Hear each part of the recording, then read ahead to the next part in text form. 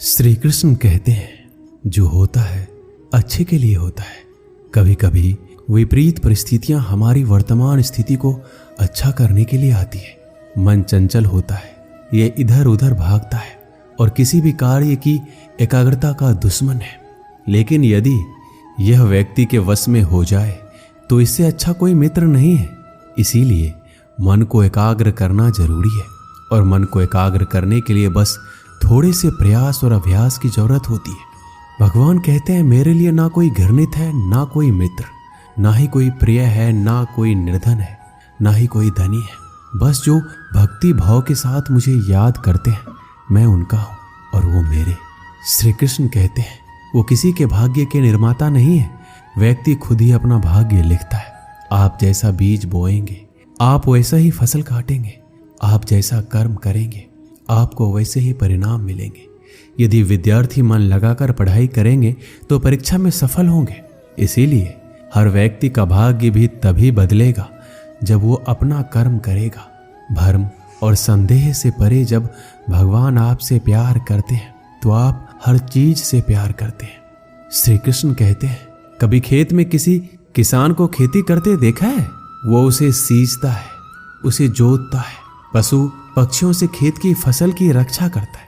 परंतु एक बात का वो सबसे विशेष ध्यान रखता है कि कहीं खेत में खरपतवार ना उग जाए, क्योंकि एक खरपतवार खेत की सारी फसल को नष्ट कर सकती है। ठीक उसी प्रकार यदि वंश की कोई संतान खोटी निकल जाती है तो वो समूचे वंश का सर्वनाश कर देती है। इसीलिए संतान के लालन पालन में विशेष ध्यान देना आवश्यक होता है, क्योंकि संतान वो फसल होती है जो वंश के आने वाले समय को महान बना सकती है या फिर वंश का पतन कर सकती है। श्री कृष्ण कहते हैं, व्यक्ति को सदैव बुराई से बचकर रहना चाहिए। अगर कोई बुरा कर्म करता है तो वो कर्म आपको अपने जीवन में ही भोगना पड़ता है। जिस प्रकार बछड़ा झुंड में भी अपनी मां को ढूंढ लेता है, वैसे ही कर्म का फल आपको हजारों की भीड़ में भी ढूंढ लेगा। ईश्वर कण कण में निवास करते हैं। छोटे से छोटे जीव के हृदय में ईश्वर का वास होता है। उस जीव को कष्ट का अनुभव होना ईश्वर को कष्ट का अनुभव कराता है। अर्थात किसी जीव को कष्ट देकर आप अपने ईश्वर को खुश कैसे देख सकते हैं? जो श्री कृष्ण का दास हो जाता है वो अपने आराध्य से ऐसे दिन ना दिखाने की कामना करता है। जब उसमें गुरूर आ जाए तो अपने कृष्ण का सेवक बनकर ही जीवन सफल बनाना चाहता है। जो व्यक्ति सदैव हंसता खेलता मुस्कुराता रहता हो, अगर वो अपने स्वभाव से भिन्न हो जाए, अर्थात चुप गुमसुम उदास रहने लगे, तो समझना उसके हृदय में एक दर्द है। उस दर्द ने उसे कमजोर बना दिया है। जिसमें व्यक्ति के पास संपूर्ण धन दौलत ऐश्वर्य वैभव सब है, मगर संतुष्टि नहीं है। उस धन दौलत का कोई अर्थ नहीं है, क्योंकि वो व्यक्ति सदैव असंतुष्टि की स्थिति में रहता है। जिसके पास संतुष्टि है वो थोड़े में भी संतुष्ट रहता है। जब आप कोई बुरा कार्य करते हो या अच्छा कार्य करते हो, आपको लगता है कोई देख नहीं रहा है, लेकिन आप ये क्यों भूल जाते हैं?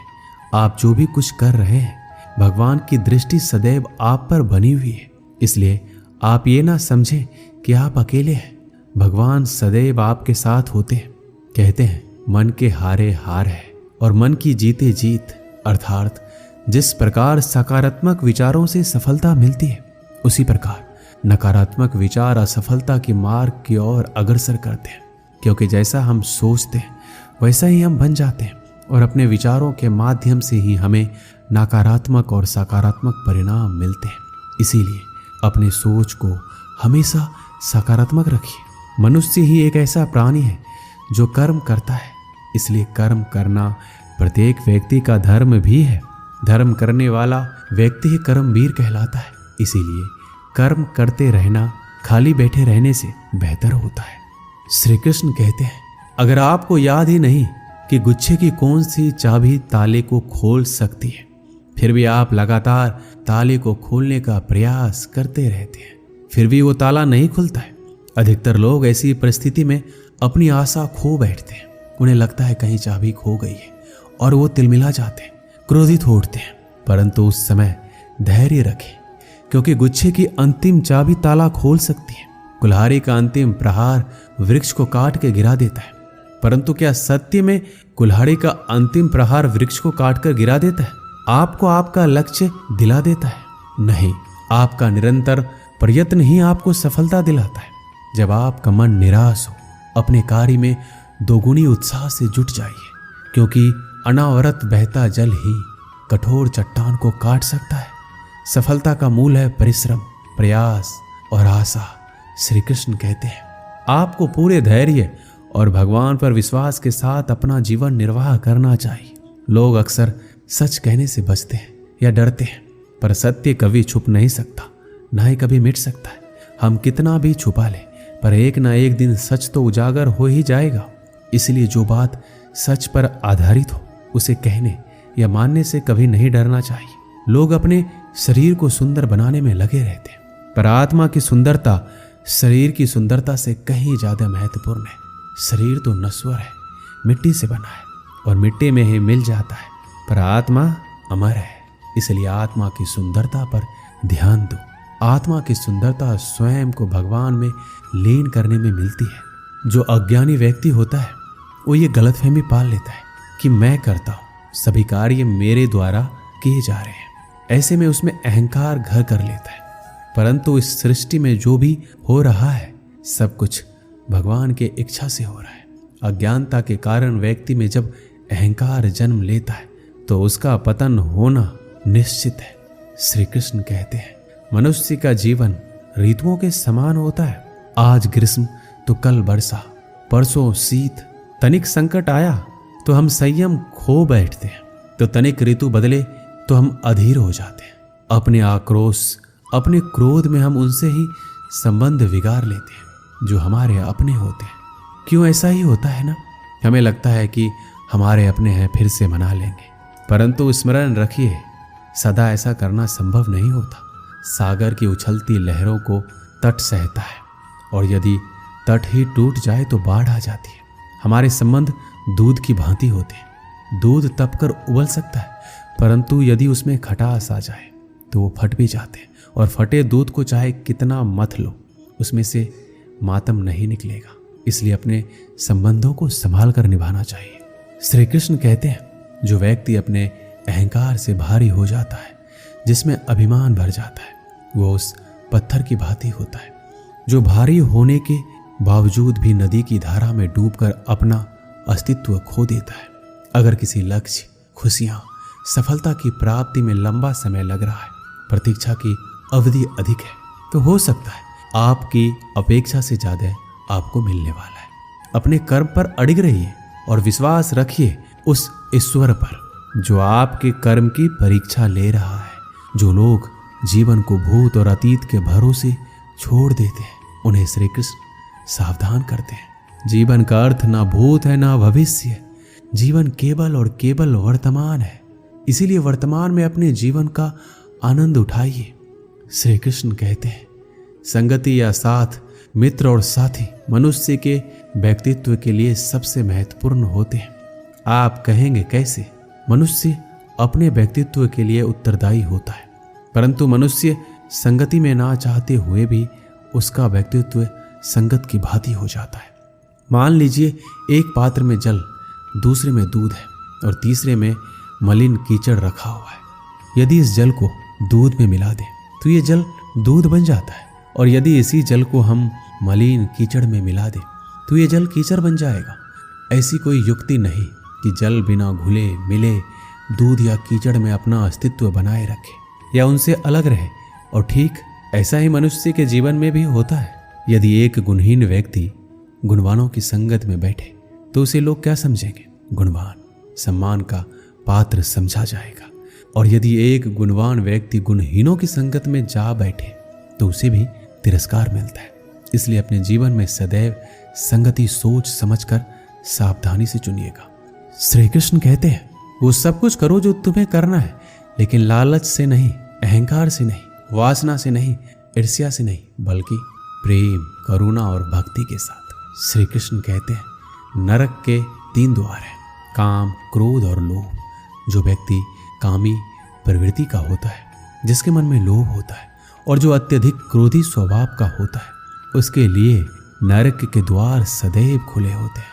अर्थात ऐसे व्यक्ति को तो सिर्फ नरक में ही जगह मिलती है। मनुष्य सब कुछ चाहता है पर सब कुछ उसे नहीं मिल सकता। आपको जो नहीं मिला उसके लिए पश्चाताप मत करो, और जो आपसे खो गया, जो आपसे अलग हो गया, उसके लिए निराश भी मत हो। भगवान कहते हैं, मैं सभी प्राणियों के हृदय में स्थित आत्मा हूं। मैं ही सभी प्राणियों का आदि, मध्य और अंत हूं। समय एक सा नहीं रहता। आज दुख है तो कल सुख भी आएंगे, और सुख के बाद दुख आना भी स्वाभाविक है। श्री कृष्ण कहते हैं, मनुष्य भी बड़ा विचित्र प्राणी है। अपने से नीचे के स्तर के लोगों को हीन की दृष्टि से देखता है, उनका उपहास उड़ाता है, उनसे बार बार कहता है कि तुम्हारा कुछ नहीं हो सकता, तुम भविष्य में कुछ नहीं कर पाओगे। जब मनुष्य के पास धन, संपत्ति, मान, सम्मान होता है तो दूसरों का आदर नहीं करता, परंतु वो एक बात भूल जाता है कि उससे भी अधिक शक्तिशाली कोई अस्तित्व में है, और वो है समय। समय अपना चक्र कब बदलेगा ये कोई नहीं जानता। समय अपनी करवट कब लेगा ये कोई नहीं जानता। कोयला भी समय के साथ हीरे में परिवर्तित हो जाता है। इसीलिए जीवन में कभी भी किसी का उपहास नहीं उड़ाना चाहिए। श्री कृष्ण कहते हैं, निस्वार्थ कर्म को अपने जीवन में अपनाइए। जो विधाता की लेख में होता है उसी का फल हमें मिलता है। विधि के विधान को स्वयं ईश्वर भी नहीं टाल सकते। जिस व्यक्ति के पास आपके लिए मान, सम्मान और कद्र ना हो, उनके साथ रहना व्यर्थ है। वो सदैव आपके लिए शत्रुता का भाव रखते हैं। ऐसे व्यक्तियों के साथ रहने से उत्तम है आप अकेले रहें। इस जीवन में अधिक सरल होना भी अनुचित है। जो सरल और सीधे स्वभाव का होता है, लोग उसका अनायास फायदा उठाते रहते हैं। अच्छी किस्मत के लोग थोड़ा भी बुरा होने पर भगवान को कोसते हैं, और बुरी किस्मत के लोग थोड़ा भी अच्छा होने पर भगवान का स्मरण और धन्यवाद करते हैं। प्रभु अपने भक्तों की सदैव परीक्षा लेते रहते हैं। इस परीक्षा में भक्तों को अनेकों कष्टों का सामना करना पड़ता है। सामान्य लोग इसे अपना दुख मानकर पीछा छुड़ाते हैं, वहीं साधक तथा प्रेमी प्रभु की इच्छा समझकर उसका सामना करते हैं। जो लोग कहते हैं कि अपनों के आगे झुकने में कोई बुराई नहीं है, उन्हें ये मालूम होना चाहिए कि जो सच में अपने होते हैं ना, वो कभी झुकने ही नहीं देते। दिव्यता केवल शक्तिशाली होने में नहीं, बल्कि दूसरों में शक्ति जागृत करने में। जब लोग आपकी बुराई करें तो परेशान ना हो, क्योंकि वो लोग आपको महत्व देने का कोई और तरीका नहीं जानते। सबसे इस तरह का व्यवहार कीजिए कि कोई आपके बारे में बुरा भी कहे तो कोई उस पर विश्वास ना करे। हम ना बोले फिर भी वो सुन लेता है, इसीलिए उसका नाम परमात्मा है। वो ना बोले फिर भी हमें सुनाई दे, उसी का नाम श्रद्धा है। अगर कोई व्यक्ति शिक्षा से पहले संस्कार, व्यापार से पहले व्यवहार, भगवान से पहले माता पिता को पहचान ले तो जिंदगी में कभी कठिनाई नहीं आएगी। स्वार्थ संसार का एक ऐसा कुआं है जिसमें गिरकर निकल पाना बड़ा कठिन होता है। श्री कृष्ण कहते हैं, आपने चुंबक को तो देखा ही होगा, कैसे वो लोहे की ओर आकर्षित होता है और कैसे वो लोहे को अपनी ओर आकर्षित करता है, क्योंकि उसके स्वभाव में ही आकर्षण है। हम सबके भीतर एक ऐसा ही चुंबक होता है, विचार का चुंबक, जो सदा अपने ही जैसे विचारों को आकर्षित करता है। हम जो बोलते हैं वही करते हैं, उसी प्रकार हम जो सोचते हैं वैसा ही पाते हैं। साधु ईश्वर का नाम जपता है तो उसे ईश्वर मिल जाता है, अर्थात फल हमारी सोच पर ही निर्भर करता है।